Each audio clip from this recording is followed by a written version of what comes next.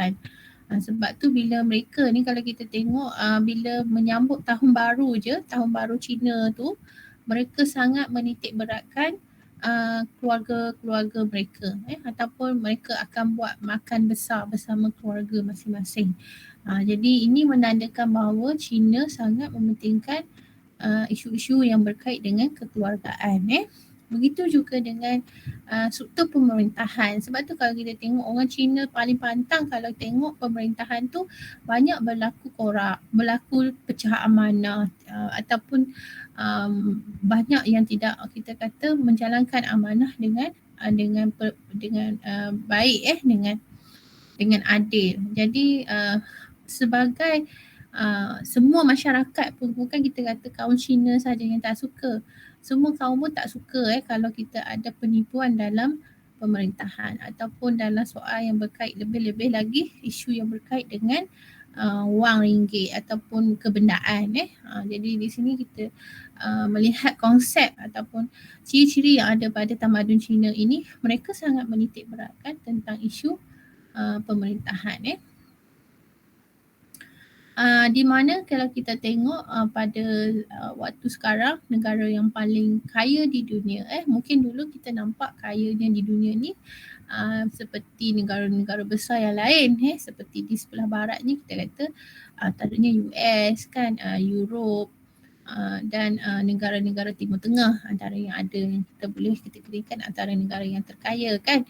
Tetapi sekarang kita lihat bahawa apabila China dia berjaya memonopoli sistem perdagangan, sistem perindustrian dan juga sistem teknologi, penggunaan teknologi ICT dan sebagainya, memberi satu kita kata perubahan secara drastik yang mana kita tidak menjangkakan bahawa China ni dia akan naik secepat itu. Seperti mana kita tengok dari tahun ke tahun sampai dia boleh membawa satu perubahan sehingga kan matahari pun mereka boleh cipta. Sekarang ni saya kagum dengan China ni sebab mungkin dulu kita kata negara China ni negara yang tercemar. Sebab kalau datang pencemaran dulu mereka akan kata China. Tapi kalau barang yang tak berkualiti pun China kan. Sekarang pun mentaliti kita sampai kan nak ambil vaksin pun kalau kata Sinovac tak nak ambil Sinovac. Sebab apa? Sebab China yang buat. Tapi sebenarnya itu mentaliti kita pada hari ini kan. Kebanyakan kita berfikiran begitu. Betul tak? Tetapi sebabkan kita nampak hari ke hari kita tengok barang China ni memang kita kata dia boleh dari segi perdagangan pun kita tengok sekarang ni China dia boleh menjual barang produk mereka dengan harga yang berpatutan, harga yang murah yang boleh dibeli atau dimiliki oleh semua orang. Harga dia sangat berpatutan lah. Kalau contohnya kalau kita masuk DIY pun semua barang kebanyakan daripada mana? China. Kalau peralatan, perabot-perabot pun barang perhiasan rumah dan sebagainya kebanyakan datang sekarang ni daripada mana? China. Sebab bila kita sebut pasal perdagangan memang boleh dikatakan sekarang ni China sangat menguasainya. Dia bukan daripada orang kata perdagangan sahaja semua sektor.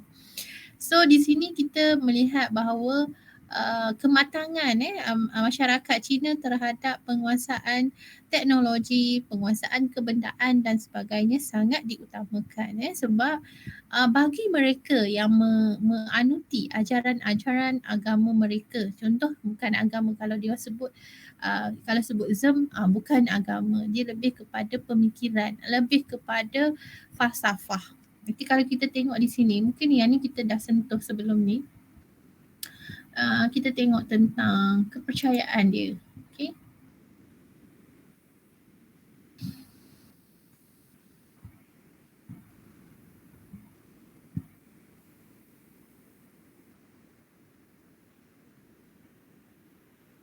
Okay.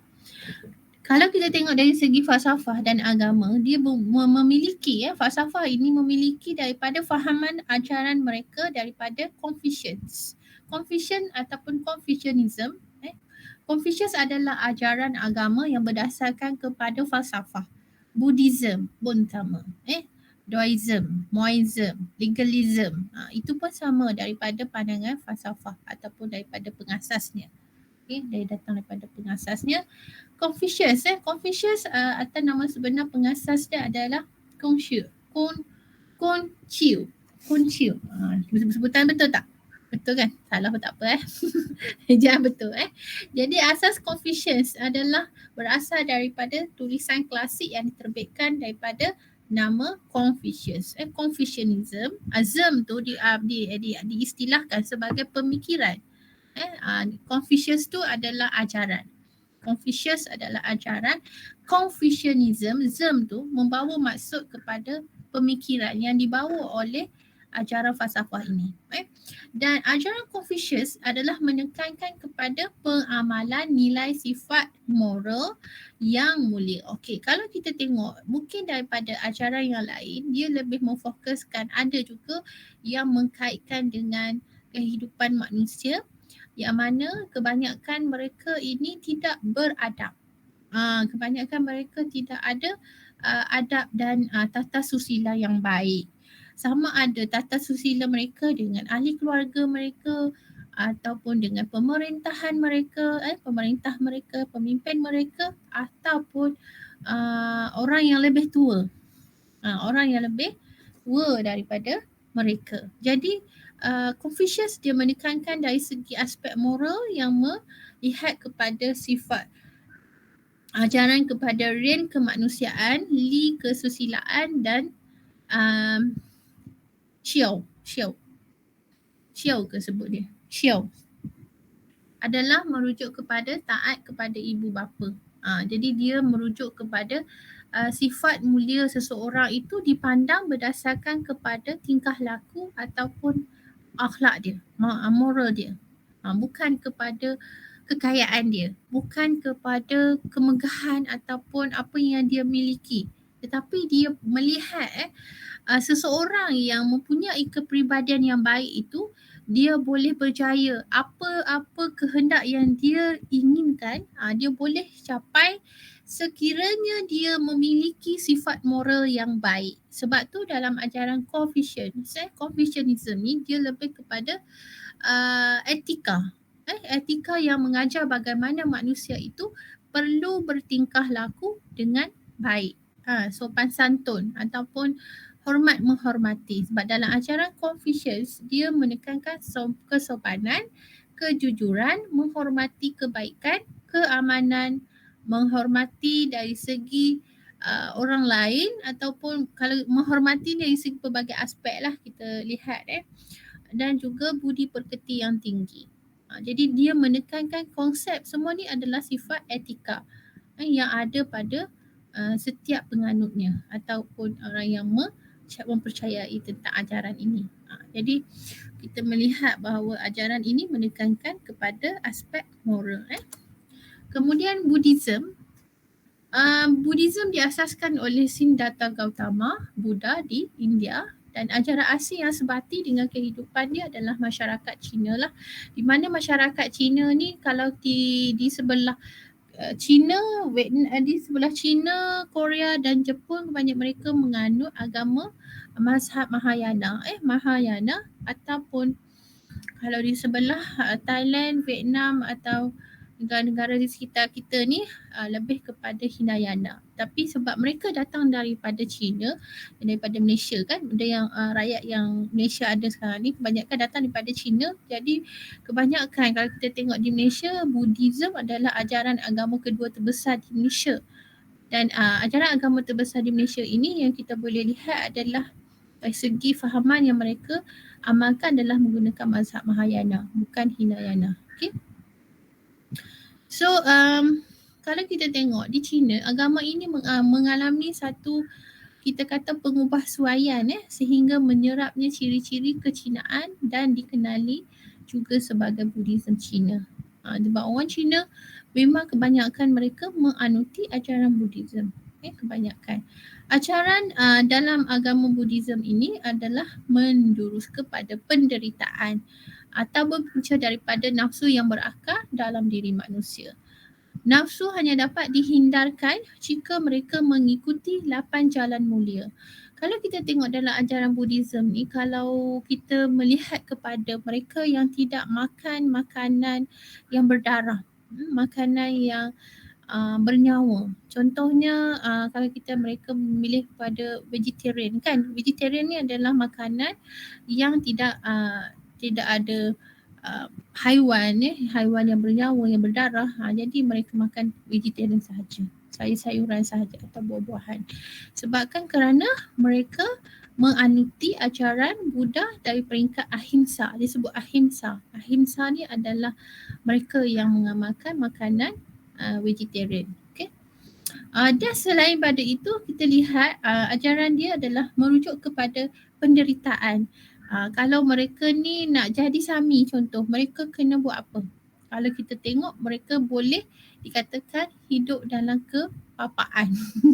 Tak ada apa-apa, harta pun tak ada, makan pun orang yang bagi. Jadi daripada kepapaan itu kita melihat ketiadaan apa-apa makanan pun orang yang bagi, pakaian tu je lah dia pakai kan. So kita tengok ini adalah dikategorikan mereka yang lebih membawa kepada unsur penderitaan, dan mereka tidak hidup mewah, dan juga kita kata kalau tengok ajaran lain tu macam ajaran dalam ajaran apa, Moism ke, Daoism ke, Taoism ke, dia lebih kepada penderitaan, bukan penderitaan, dia lebih kepada kesederhanaan juga kan. Kekayaan pun kena ada juga, tak terlampau miskin, tak terlampau kaya. Tapi kalau mereka-mereka yang mempercayai tentang ajaran Buddhism ni, mereka lebih kepada kepapaan ataupun penderitaan hidup mereka, kesusahan, supaya mereka boleh memahami orang yang lebih susah daripada mereka, macam tu. Okay, sebab kita tahu bahawa pengasas Siddhartha Gautama ini adalah seorang yang kaya raya asalnya, yang tinggal di istana. Dia dalam kasta yang paling atas lah. Kita sebut dia adalah kasta Satria kan. Tapi disebabkan kerana dia melihat kesusahan rakyat dia, orang bawahan dia, jadi dia pun hidup seperti orang biasa. Okay. Dan nafsu hanya dapat dihindarkan, dia kata, jika mereka ini mengikuti 8 jalan mulia. Apa dia yang pertama? Yang pertama adalah merujuk kepada sifat kebijaksanaan, yang mana diberikan maksud tentang pana.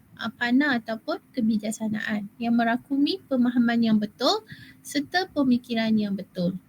Yang kedua adalah samadhi. Samadhi ataupun dari segi memberi penupuan, dari segi pengucapan yang betul, tindakan yang betul serta cara hidup yang betul. Okey. Ketiga, sila. Sila adalah di segi maksudnya moral, di mana dia merakumi perkara yang berasaskan kepada usaha yang betul, pertimbangan yang betul serta tumpuan yang betul. Jadi ini adalah ajaran bagi 8 jalan mulia kepercayaan Buddhism, ajaran agama Buddhism. Okey, seterusnya Daoism adalah diasaskan oleh pemikir agung Cina Laozi dan Huangzi. Iaitu Laozi adalah beranggapan dunia manusia adalah buruk yang menyeru ke arah keadaan semula jadi, dan dia menekankan pembinaan perwatakan manusia. Menurutnya dia kata kecurian contohnya, ataupun rompakan, peperangan, dan juga apa yang dikejar oleh manusia itu dianggap ia tidak dapat diperolehi dengan cara yang baik. Jadi sebab tu dia kata dia beranggapan bahawa dunia manusia adalah buruk. Sebab tu dia menyeru supaya mereka ni lebih memikirkan tentang keadaan semula jadi mereka. Di mana sebab tu mereka memperlihatkan sifat seseorang itu apabila dia mempunyai kelakuan yang positif, dia akan dikategorikan orang yang boleh dipercayai. Tetapi kebanyakan orang yang mengamalkan ajaran Moism ni, Daoism ni adalah mereka ni sangat kita kata mentaati pemerintahan atau pemimpin-pemimpin mereka. Okey. Kemudian seterusnya adalah ajaran Moise. Dia diasaskan oleh Monzi. Konsep dia adalah pemikiran dan aspek kasih sayang sejagat, mengecam sikap suka berperang serta menyerah kepada nasib dan mengutamakan golongan cerdik pandai. Mungkin di sini dia melihat orang yang mempunyai ilmu, dia akan diangkat darjat dia. So konsep dia senang je. Apa yang dia lihat adalah bagaimana kita kata nak orang tu sayang kita. Contoh, dia mempunyai kasih sayang yang sejagat. Kita nak orang sayang kita, tapi kita juga kena bagi. Maknanya bagi apa yang orang tu, macam contoh kalau kita nak orang hormati kita, kita juga kena menghormati orang tersebut. Maknanya tak ada balance lah antara apa yang dia beri, apa yang dibalas. Maknanya kita kena, jangan mengharap orang nak bagi nak menghormati kita tetapi kita tidak menghormati orang lain. So tidak akan ada balance di situ, di mana sikap ataupun kedudukan kita kadang-kadang kalau kita ni kaya, mungkin kita kan rasa kita ni boleh memiliki apa segalanya. Macam nak beli apa pun kita boleh beli, mampu. Tetapi kalau orang yang kurang mampu, mereka akan rasa terpinggir, rasa macam kurang berkemampuan. Jadi hidup mereka mungkin dikatakan apa yang ada sahaja. So bagi orang yang mempunyai sikap kasih sayang, mereka perlu berkongsi lah antara satu dengan yang lain. Jadi di sini bahawa beliau menyatakan setiap orang harus mencintai semua orang seperti dia mencintai diri dia sendiri. Dan juga dia menekankan persamaan kerana ianya boleh mengelak daripada berlakunya jenayah. Sebab tu kita katakan kalau orang tu dia kaya, tak bagi pada orang yang memerlukan, dia akan menjadi rompak, dia pergi menyamun, pergi mencuri kan, dan sebagainya. Sebab tu kita kena ada saling bertolak ansur dan tolong menolong antara satu dengan yang lain. Seterusnya, kerajaan harus dipimpin oleh orang yang berkebolehan serta baik dan ia melarang hidup mewah tetapi sederhana. Kita nak hidup mewah boleh, tapi kita jangan mengabaikan orang yang lebih susah, ataupun kita hidup biarlah sederhana sahaja. Okey. Selain pada itu, dia adalah elak pembaziran seperti adat perkebumian secara besar-besaran. Sebab kalau kita tengok bangsa Cina, antaranya kalau ada sebahagiannya mereka sangat bila berlaku kematian, mereka seolah buat satu benda yang menunjukkan kekayaan apa yang ada pada mereka. Daripada simbol kekayaan itu, mereka buat rumah menggunakan buat macam replika tu kan, emas ke apa ke, duit ke. Kalau si mati tu banyak duit harta dia, dengan duit-duit tu pun dia tanam sekali dengan si mati. Itu kepercayaan mereka lah. Tapi tak semua ajaran agama yang mereka anuti tu sama. Ada yang begini, ada yang begitu. Dan selain daripada tu, kalau ajaran Monzi ni dia kata melarang muzik kerana dia melalaikan. Dan negara akan binasa jika raja lalai dengan muzik. Jadi bahaya dia kata muzik boleh melalaikan. Dia kata. Okay. Kemudian legalism atau fajai diasaskan oleh Zenzi. Shenzhen. Sebut macam mana? Shenzhen. Kan? Korang ambil Mandarin tak? Tak ada. Belum lagi madam. Baru nak betulkan saya punya ni. Okey. Beliau menyatakan bahawa manusia asasnya bersifat jahat dan perlu melihat diri sendiri. Ini berbeza dengan ajaran Confucius. Confucius di mana manusia asasnya adalah baik. Yang ni dia kata apa? Beliau kata manusia asasnya bersifat jahat. Macam pening sikit. Macam mana kita nak faham manusia tu jahat? Kenapa dia kata jahat? Mungkin ada dia punya cerita-cerita yang kita tak baca. Kita tak boleh nak sambung pendekatan yang dibawa oleh ajaran legalism ni. Pasal legalism ni dia memfokuskan kepada undang-undang. Sebenarnya legalis kan. Faham tak? Undang-undang keras dan hukuman berat adalah cara untuk membawa keamanan bagi negara dan mengajar manusia ke arah sikap yang lebih baik. Okey, jadi falsafah legalis adalah mereka menentang dunia feudal. Feudalism ni maksudnya bangsawan, golongan bangsawan menindas golongan bawahan. Macam contohnya orang kaya dia suruh suruh orang miskin buat pertanian, contoh buat penanaman padi ke apa contoh kan. Mereka gerah tenaga orang-orang susah, orang-orang yang miskin ni untuk mereka mendapat keuntungan. So bila mereka mendapat keuntungan, mereka tidak membayar upah kepada mereka ini. Macam contohnya mengambil tenaga mereka tanpa ada bayaran atau upah. So macam menindas lah feudal ni, golongan-golongan kaya ni. Tapi sekarang dah tak ada kan? Dulu ada kan? Dulu kan banyak hamba-hamba kan? Tak dibeli kan? Jadi golongan bangsawan ni dia perlu diganti dengan hierarki tentera.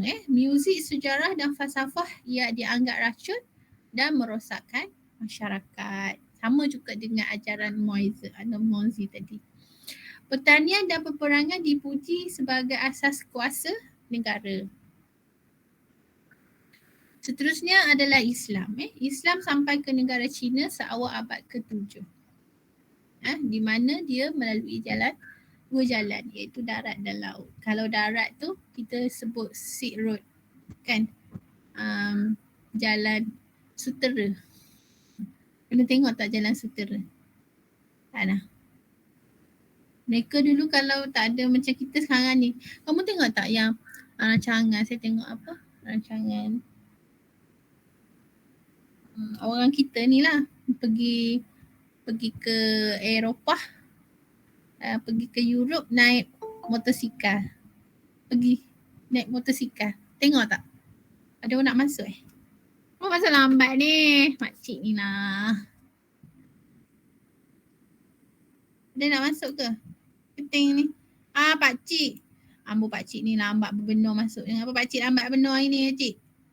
Pakcik buat apa pakcik hari ni? Madam, saya nak tukar akaun je, madam. Pakai ke laptop. Okay. Saya dah request. Mana? Tak ada pun. Kejap. Cepat. Sagi saya ni tak nampak.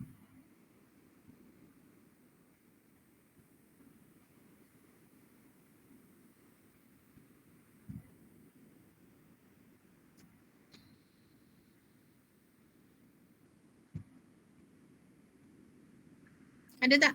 Tak ada pun request. Nanti request bagi tahu. Okay.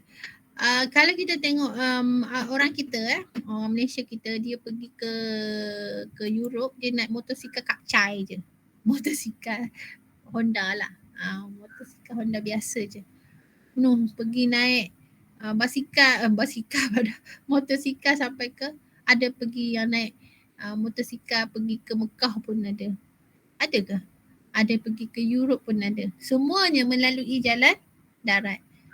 Walaupun kita kata jalan darat ni tak besar mana kan, tapi kalau pergi ikut jalan darat, seronoknya kita boleh menjelajah berbagai-bagai negara kan. Tapi dia masa berbulan-bulan lah nak sampai. Tapi itulah kalau pergi waktu sekarang ni sampai ke negara Pakistan, you tahu tak Pakistan sekarang dia landa saji yang teruk. Saya dah request. Request lah? Sekejap. Tak ada pun. Sini. Baik, tak ada. Saya tak ada pakai akaun KUPTM. Tak apalah, pakai je lah akaun tu. Saya pakai kat phone sekarang ni. Dia susah sikit. Saya tak nampak skrin. Tak nampak siapa? Slide ke tak nampak saya? Slide. Okay.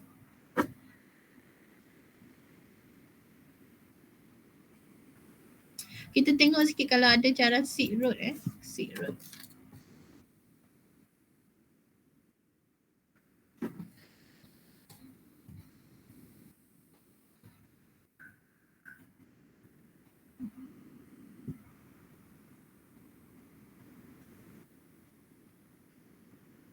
Apa yang dia keluar ni?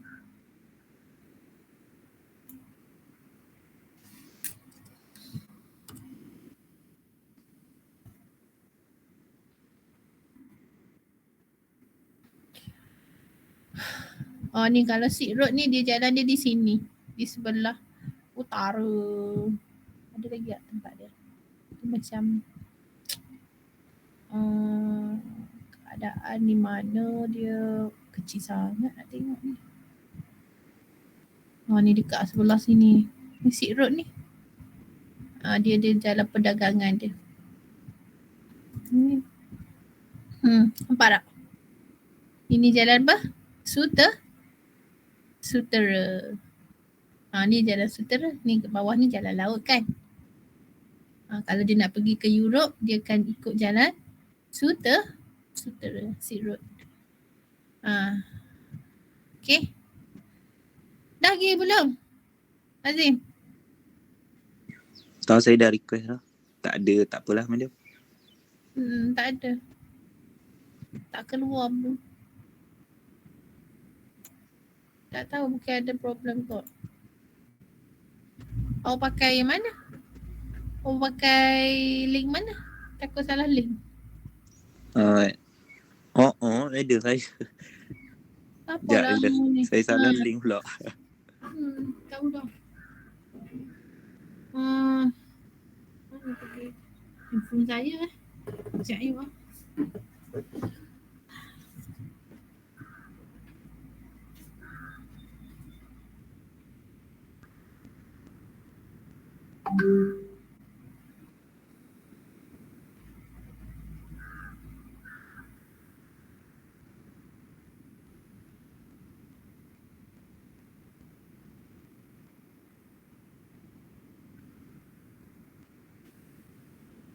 Mana?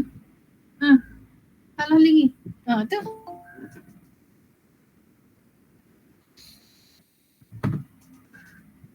Okay. So, tadi gambar apa ni? Gambar pada kedudukan jalan darat. Ni. Kalau you all tengok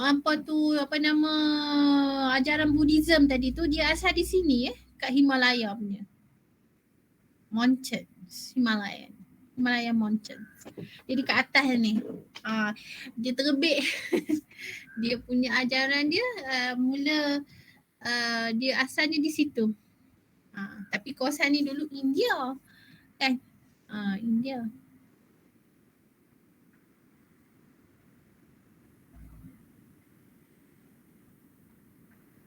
Tapi kalau ni sekarang ni musim sejuk kan, kalau belah-belah sini kan.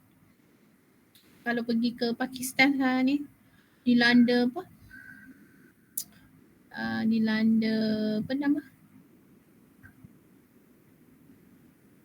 Dilanda salji. Lepas tu kalau kita tengok orang Malaysia kita, dia pergi ke Europe, dia pergi ikut jalan apa? Darat. Ni jalan darat ni dia pergi. Daripada Thailand pergi tembus ke Myanmar, terus pergi ke India sini. Dia kena pandai baca map lah. Lepas tu pergi ke India. Dia kata India ni besar lah, nak habis ke India ni kan. Tapi dia tak pergi ke sini lah. Dia pergi macam sini ke sini. Lepas tu pergi lepas tu ke Pakistan. Pakistan ni dia pergi ke Tan ni sini. Lepas tu sampai ke Turki. Ini jalan dia pergi ke Turki sampai ke Europe. Tapi dia kata kalau pergi ikut jalan darat kan, kalau kawasan ni sampai ke India ni bahaya sikit dia kata. Sebabnya dia kata kawasan ni itulah bahaya lah. Penduduk dia terlampau padat kan. Dan dia mereka ni agak macam ada kebanyakan pengotor sikit. Itulah. Okay. Boleh?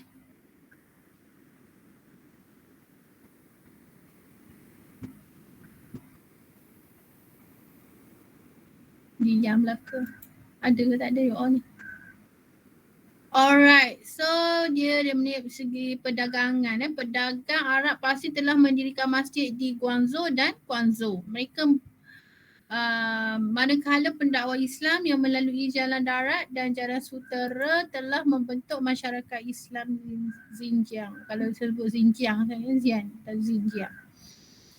Okay, Soalan sikit.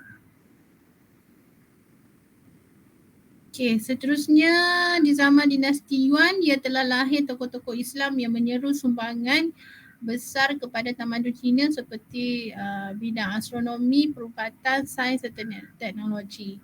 Ahli pelayaran Islam Cina Zheng He berjaya melakukan pelayaran mengelilingi dunia termasuk ke alam Melayu. Tak nampak slide.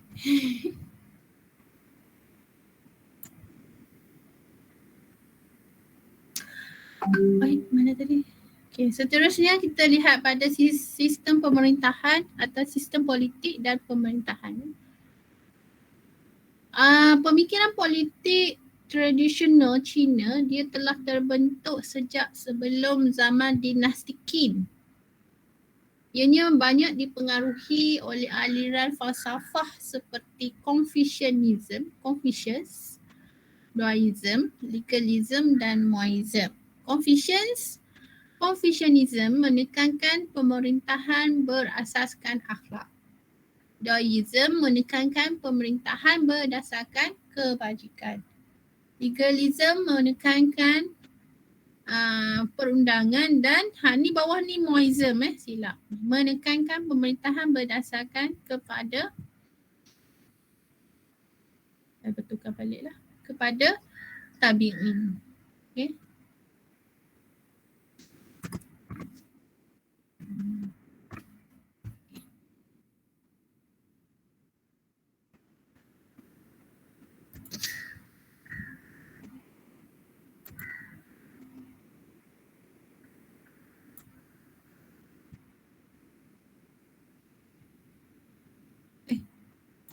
Okay.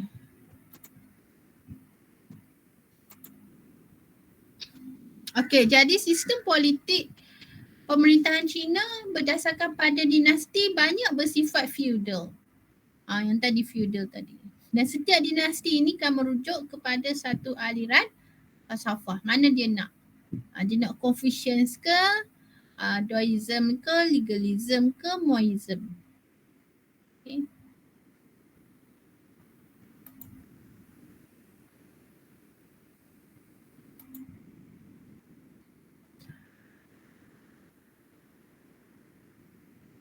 Okey, seterusnya masyarakat Cina tradisional mementingkan konsep kekeluargaan. Anak-anak akan diajar mengenai 5 hubungan asas manusia. Iaitu apa dia yang pertama? Antara hubungan suami dan isteri. Ini antara perhubungan manusia yang terjalin dalam keluarga. Kedua, antara bapa dan anak. Ketiga, antara adik-beradik. Yang seterusnya antara pemerintah dan juga rakyat. Dan yang seterusnya terakhir adalah antara kawan-kawan. Selalu soalan macam ni keluar juga Ustaz rajin buat soalan. Tanyakan sistem dalam kekeluargaan mereka ada 5 hubungan. Yang apa? Pertama, apa, kedua apa, ketiga apa, keempat apa dan yang kelima apa dia. 3 hubungan berkaitan dengan keluarga, manakala 2 lagi hubungan berkaitan dengan masyarakat. Yang masyarakat diambil daripada hubungan pemerintah dengan rakyat serta hubungan kawan-kawan. Okey, oleh itu perhimpunan keluarga bagi setiap tahun baru Cina misalnya ianya sangat bermakna di mana yang tua dihormati dan yang telah meninggal dunia diingati. Golongan yang tertinggi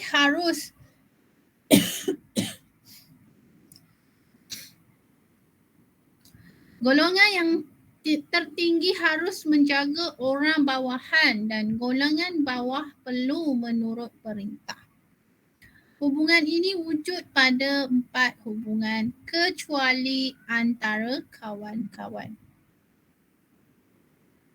Okay. Hubungan kekeluargaan yang erat dipengaruhi oleh yang dikatakan ideal daripada Confucius yang menekankan pentingnya konsep ketaatan anak kepada ibu dan bapa.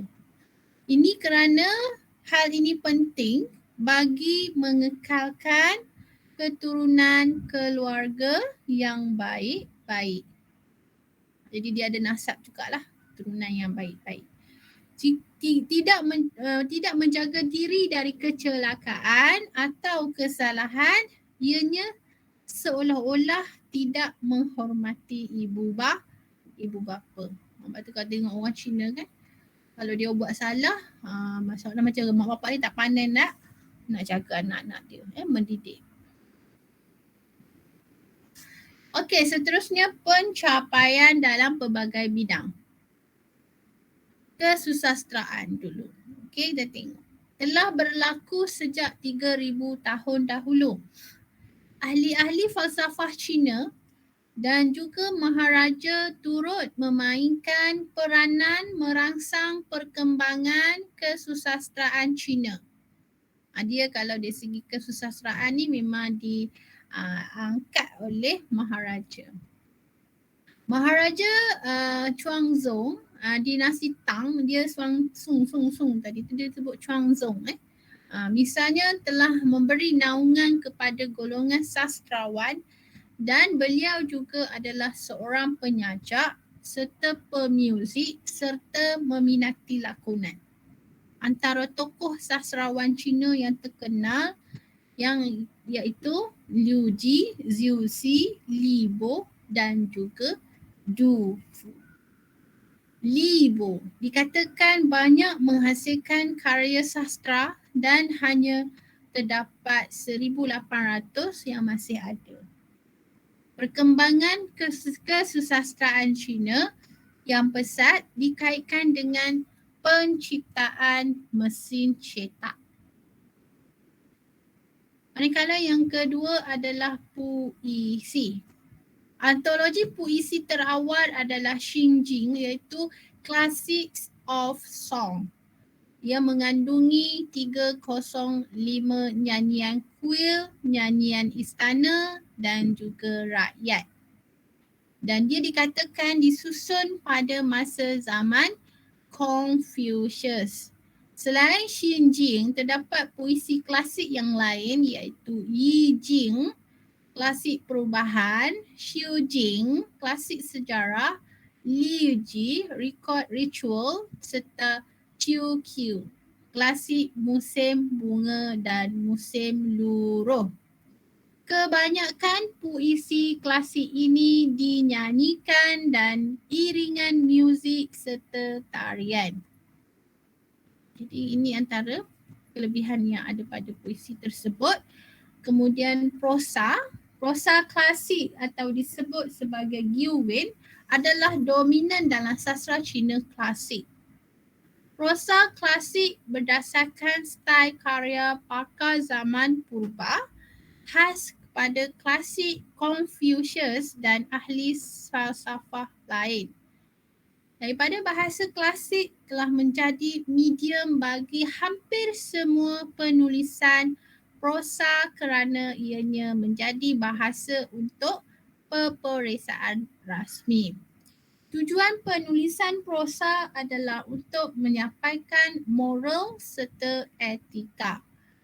Wangzi merupakan prosa Qin yang paling indah. Xi Jing karya Sima Qian ialah sebuah buku sejarah yang mempunyai penulisan prosa yang dianggap terbaik pada zaman dinasti Han.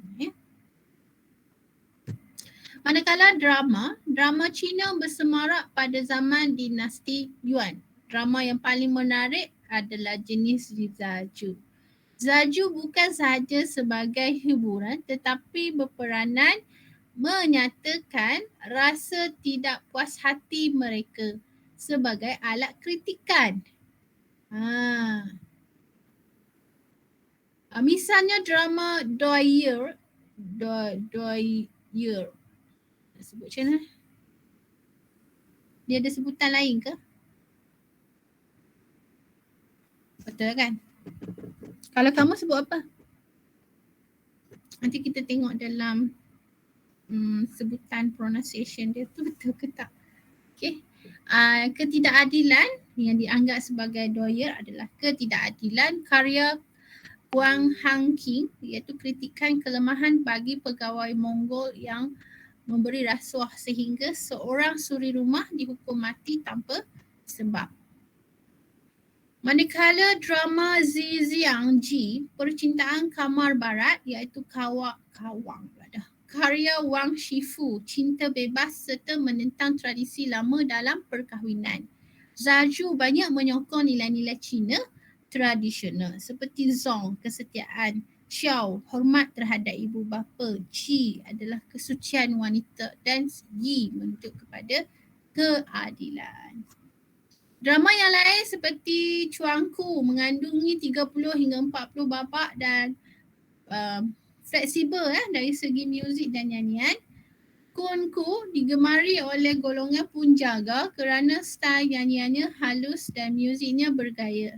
Akhir kurun ke-18, drama rakyat dari berlainan daerah mula berkembang serta dipentaskan di Beijing. Dari sini kita dapat lihat lahirnya opera Cina yang digemari.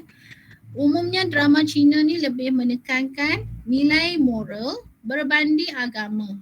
Sebab tu kalau kita tengok ajaran Confucius, dia lebih tekankan moral berbanding dengan hidup selepas mati. Seperti kata berbanding pada agama, seperti dalam prinsip moral Confucius seperti tanggungjawab terhadap ibu bapa dan suami serta ketua. Tujuannya mendukung kelakuan yang baik. Okey, seterusnya adalah karya fiction. Dalam istilah Cina disebut sebagai xiangshuo, iaitu percakapan kecil dan percakapan sia-sia. Gemilang pada zaman dinasti Yuan, dinasti Ming dan dinasti Qing. Antara karya fiction adalah Sanggyo Yanji atau Roman Tiga Negara mengenai perebutan kuasa antara tiga buah negara pada kurun ke-2. Hang Lao, Meng, Mimpi Loteng Merah mengenai kehidupan dan nasib keluarga besar pada zaman dinasti Qing. Shui Zuan, kisah pinggir air yang menggambarkan dunia utopia dan menyokong perubahan. Zhao Ji, perjalanan ke barat mengenai keaiban. Kesenian Cina muzik klasik antara sistem muzik yang paling lama dan paling berkembang. Bentuk muzik yang wujud tidak terbilang, jumlah dan dimainkan di istana, perayaan rakyat dan peristiwa berkaitan agama. Alat muzik diperbuat daripada logam, batu, tanah liat, kulit, sutera, kayu, labu dan juga buluh. Alatan muzik Cina dalam bentuk meniup, gendera, memetik dan menggesek. Menurut Confucius, muzik teragung adalah muzik yang harmoni dengan alam, iaitu sekitar dan melalui dapatnya memulihkan keadaan dunia fizikal. Pengaruh muzik Cina dapat dilihat dalam tamadun seperti Korea, Vietnam dan kesan daripada berlakunya interaksi. Okey. Manakala dari segi kaligrafi Cina dianggap unik dan membayangkan kualiti seorang ahli kaligrafi dari segi personality. Dalam sistem pendidikan lama, salinan spesimen kaligrafi dari pakar akan dibukukan dan ditiru oleh para pelajar. Kaligrafi boleh dilihat dan dalam bentuk scroll pada batu bersurat di pintu tembok, kuil, papan tanda, pintu gerbang, tiang bangunan dan rumah. Antara bahan yang membuat kaligrafi adalah antaranya dawat, berus, kertas sutera. Berus biasanya diperbuat daripada bulu-bulu binatang seperti kambing, rusa, serigala dan ditajak di ujungnya adalah sangat tajam. Dia buat macam bentuk pen macam tu. Antara bahannya ada gitulah. Kemudian terdapat 4 style kaligrafi yang biasa digunakan, iaitu Kaishu, Liushu, Zinshu dan Koshu. Okey. Manakala segi seni lukis, dia berkait rapat dengan kaligrafi dan puisi. Kebanyakan pelukis juga pakar kaligrafi seperti Su Dongpong zaman dinasti Song. Sebuah lukisan Cina kombinasi seni puisi, kaligrafi, lukisan dan ukir cap. Lukisan tradisional Cina terbahagi kepada dua, iaitu Xiangyi freehand brushwork, ada penggombi itu menggunakan garis halus dan teliti. Bahan lukisan sama seperti kaligrafi. Jenis lukisan dia landscape, tumbuh-tumbuhan, binatang, potret dan figura. Kebanyakan lukisan Cina bersifat simbolik. Simbol popular, orchid Confucius, bunga plum, pokok pokok pine tua. Sifat simbolik ini menjadikan bahawa lukisan Cina sebagai perantara yang membayangkan tentang personaliti, perasaan serta jiwa seseorang pelukis. Turut dipengaruhi juga tamadun lain seperti seni khat Arab yang membentuk seni khat bersifat Cina beragama Islam. Begitu juga dia kata pengaruh agama Buddha yang mencorak seni lukis Cina yang berlatar belakangkan dewa-dewi yang diambil daripada ajaran agama Buddha. Manakala dari segi seni bina, bangunan yang dibina dalam tradisi Cina telah mengambil kira kedudukan dan susunan berpandukan kepada teori Feng Shui. Okay. Tembok merupakan antara binaan penting bagi tujuan untuk pertahanan serta keselamatan. Jadi kalau orang tanya kita apa kegunaan tembok sebenarnya, dia sebenarnya untuk pertahanan. Tembok kota biasanya mempunyai ketinggian 25 sehingga 30 kaki. Mempunyai pintu yang dibuka pada waktu tertentu dan di atasnya akan terdapat menara. Nampak gambar di sebelah tu macam itulah. Kan? Dan tembok kota tersebut akan dikelilingi parit dan dipenuhi air yang dalam. Tembok yang terkenal adalah tembok besar Cina. Binaan kayu Cina tradisional biasanya diperbuat daripada kayu berkualiti serta mempunyai rangka yang berbentuk tiang dan ambang. Bumbung binaannya adalah menonjol, bercerun, curam serta melengkung. Bumbung biasanya akan dipasang dengan tembikar. Seterusnya, antara ciri bentuk binaan adalah seperti pavilion dan pagoda. Seni taman berkait rapat dengan seni bina Cina. Okey, seterusnya penggunaan sains dan teknologi. Bidang sains teknologi dalam tamadun Cina menekankan fungsi serta kepentingannya. Merangkumi bidang pertanian, matematik, astronomi, kalender, farmakologi, geologi, fizik, kimia, biologi, seni bina, perlombongan dan pelayaran. Bidang astronomi, dia melihat kepada kemampuan menyediakan katalog bintang, merekod berlakunya gerhana dan komet. Mereka juga menghasilkan peralatan astronomi, menyelenggara rekod astronomi serta mereka berjaya memperkenalkan sistem kalender. Itu yang penting. Dalam bidang matematik pula, kita lihat mereka menggunakan penggunaan simpua ataupun abakus pada kurun kedua. Abakus ni sangat bagus. Kalau saya ajar anak saya pun, saya menggunakan abakus untuk matematik.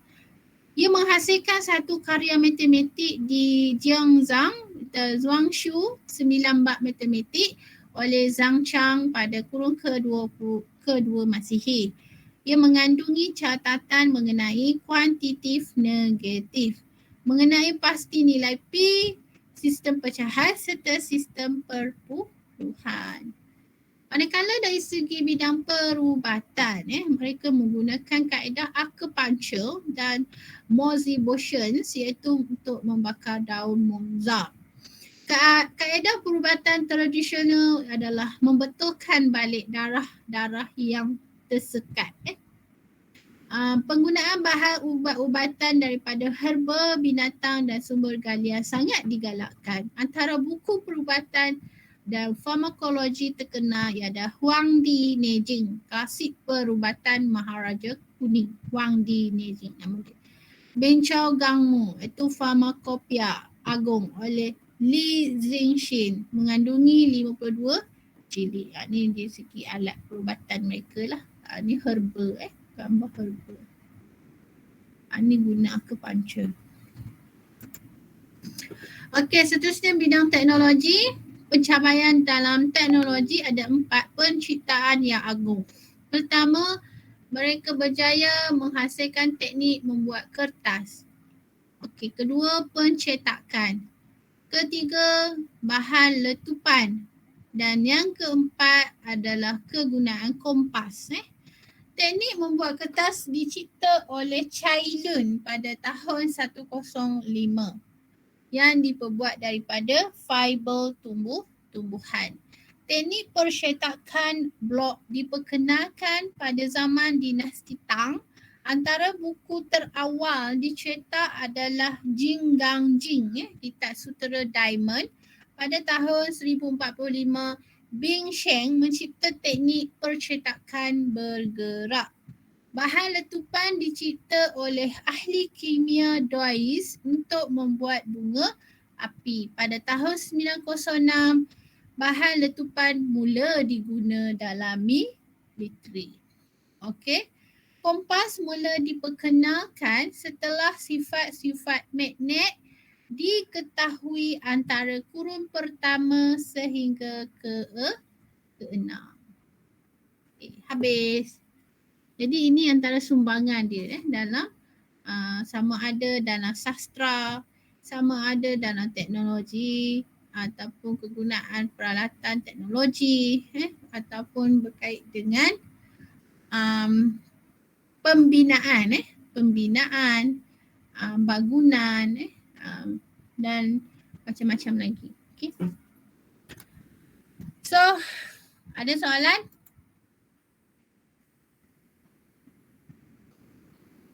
Ada ramai lagi yang tak siap assignment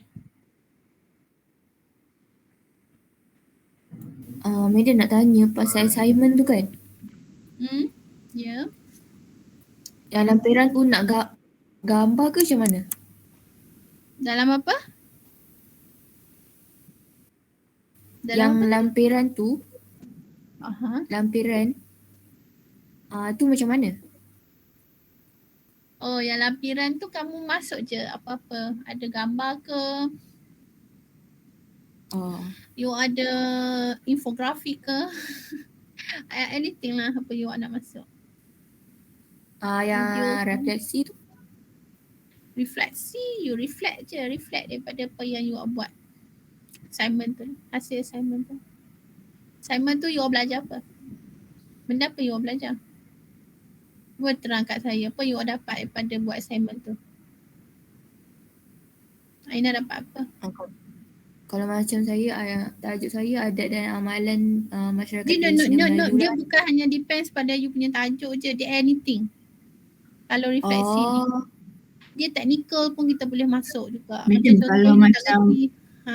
Kalau macam baru tahu about Google Site tu pun boleh je kan?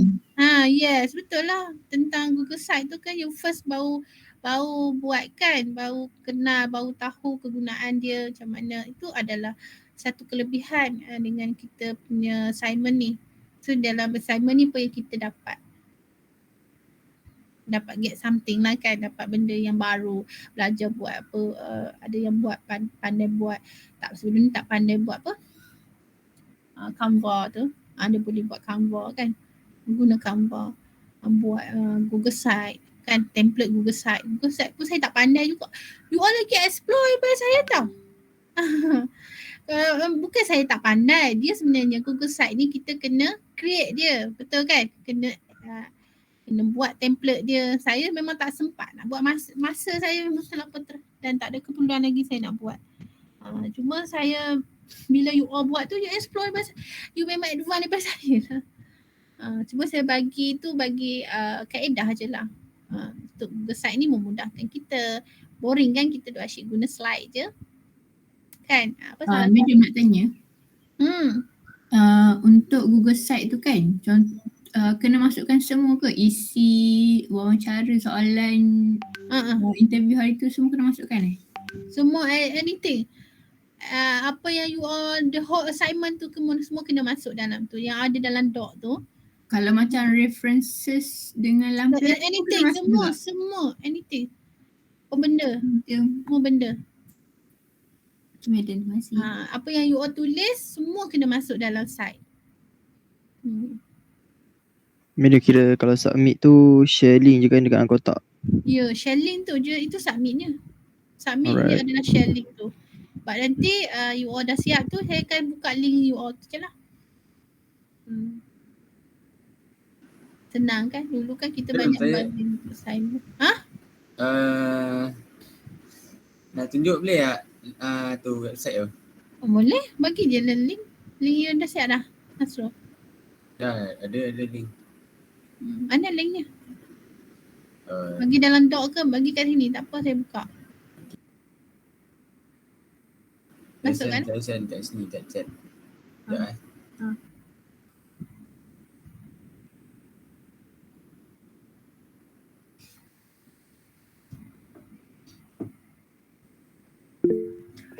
Dia dah masuk musim kemarau dah. Panas hari ni. Okay.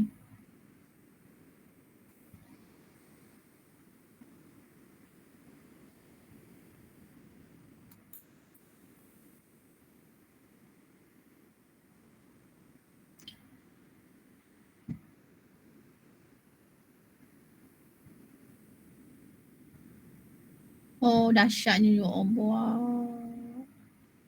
Ni apa perhargaan ni tak buat lagi? Belum ada lagi ke? Tak ada. Tak siap lagi. Tak siap lagi lah. Okay. Ni kajian. Oh, hebat. Bagus. Refleksi bawah pada rujukan atas. Tak apa. Refleksi last sekali. Tekan tu isi kajian. Sekejap. Kenyataan masalah. Kajian ni mana? Dia kosong ini je lah. Ke tukar nama lain. Okey kan kajian kan? Taklah you buat ni macam kosong gitu. Letaklah gambar ke apa, benda-benda something yang nampak menarik. Orang buka kan, nampak macam kosong. Gambar. Okey. Tak apa-apa je lah you letak. Apa-apa je Emoji boleh Tak apa you letak template tu. Buat template tu. Ada template saya bagi tu kan. Dalam Google Doc tu buat dalam storyline. Tapi jangan bagi masuk isi tu, buat dalam bentuk template. Okay juga. Dalam you punya ni kosong ni, buat dalam bentuk jadual. First pengenalan. Ni pengenalan kot you all. Punya tak masalah. Pengenalan kan? Ni buat pengenalan lah kot. Kajian di bawah tu pengenalan. Sini you all buat pengenalan. Okay? Kan? Okay. Tak masalah.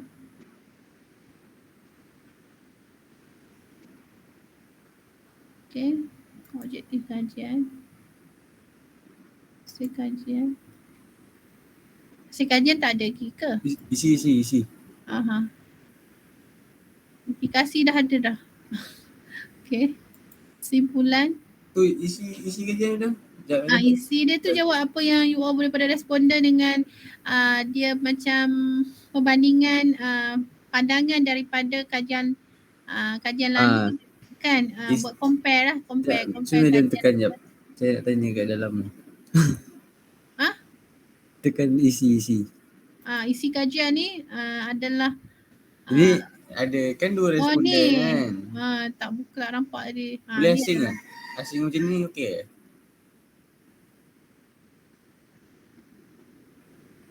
Kajian lepas tu saya belum letak lagi kat sini. Okay. Awak ada tak kod kata-kata dia tu? Ambil sikit kod kata-kata dia. Ni semua kata-kata dia lah. Macam mana? Yang ni okey, cuma you buat macam ni. Responden 1, Encik Kamarudin, soalan, okey, dan jawapan dia. Lepas tu baru buat huraian ni. Sikit lah. Sama huraian dia apa yang dia cakap kan? Yelah, tapi you letak apa soalan dia yang you tanya tu. Ada soalan dia. Okey. Dan huraian lah. Ni huraian dia lah kan. Setiap jadi perenggan you tu buat soalan lain-lain lah dalam yang kita buat ni. So nanti tambah soalan je lah. Tambah soalan je. So bawah ni pun buat benda yang sama. Lepas tu lagi bawah satu tu kan kajian lepas kan, buat macam tu ke lah? Sama. Betul bagus. Letak kat bawah ni kajian lepas lah. Kalau dari yang macam surat khabar, bukan surat khabar, macam kan online punya berita harian ke apa kan, ada polis cakap kan, tu dikira semua kedua kan?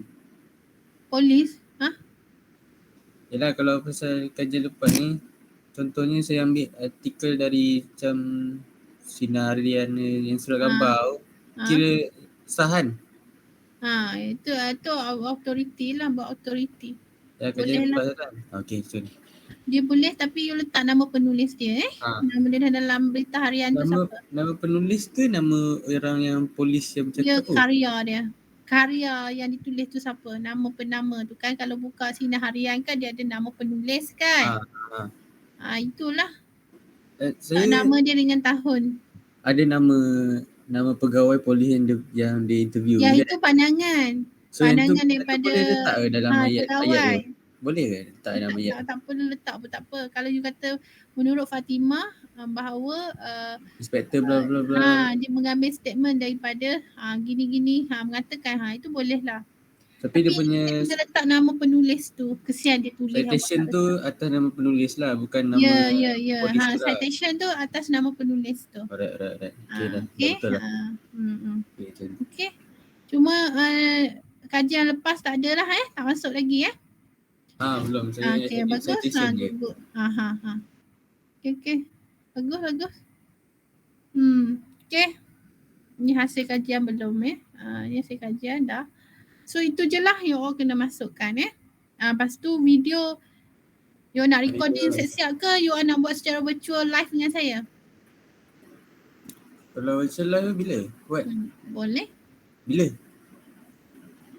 Bila hari kejadian nanti kan ada presentation dengan saya. Hari kejadian? Presentation. Bulan 2 kan? Bulan 2, awal bulan 2. Lepas cuti tu. Tak tahu, kena tanya majoriti lah. Apa majoriti? Tak, tu medium yang letak kan? Saya yang letakkan. Hari tu madam kata nak start bulan 2 ada present dengan madam. Tak silap 1 bulan 2 kot. Ke 2 bulan 2? 4 bulan 2 kan? 4 bulan 2. Yelah dengan saya lah. So kalau you buat saya recorded dah. Recording. Kalau you all record, kalau you all tak nak buat live dengan saya you all pasang recording tu pun tak apa. Lepas tu dia akan lepas daripada recording tu you ada Q&A dengan saya. So Isnin ni nak hantar apa? Site ni je? Site saja dulu. Tanpa presentation je lah kan? Presentation tak ada lagi. Alright. Nanti bila you all dah siap, kalau you nak buat recording, kadang-kadang ada student ni dia internet dia problem. So dia boleh buat recording awal-awal kan. So hari kejadian tu tak ada kata madam student seorang lagi tu tak dapat nak join sebab internet ada problem. Kan rugi dah markah dia kan. So dia buat ni lah, standby lah. Supaya dia tak ada masalah, markah tak kena potong. Faham? Ya, itu saja. Tapi kalau dia tak ada apa-apa problem pasal internet, secara live dengan saya lah. Buat secara ni je lah, virtual. Okay. Lepas cuti tu lah kan? Lepas cuti next cuti tu, semester tu. Mid break kan? Alright. Okay. So kejap lagi saya nak buat quiz sebenarnya yang sejam lagi tu.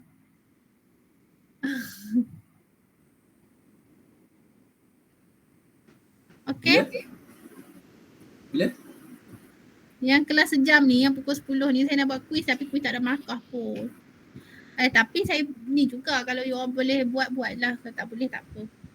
Nanti next time saya bagi lain. Okay. So kita tunggu kejap Kita akan bagi link baru untuk kelas pukul 10. Okay, rehat dulu ada. Rehat dulu. You all boleh live dulu group ni. Live dulu and then kita akan guna link baru. Okay, terima kasih. Okay. Thank you, madam. Thank you, madam. Thank you, madam. Thank you, madam.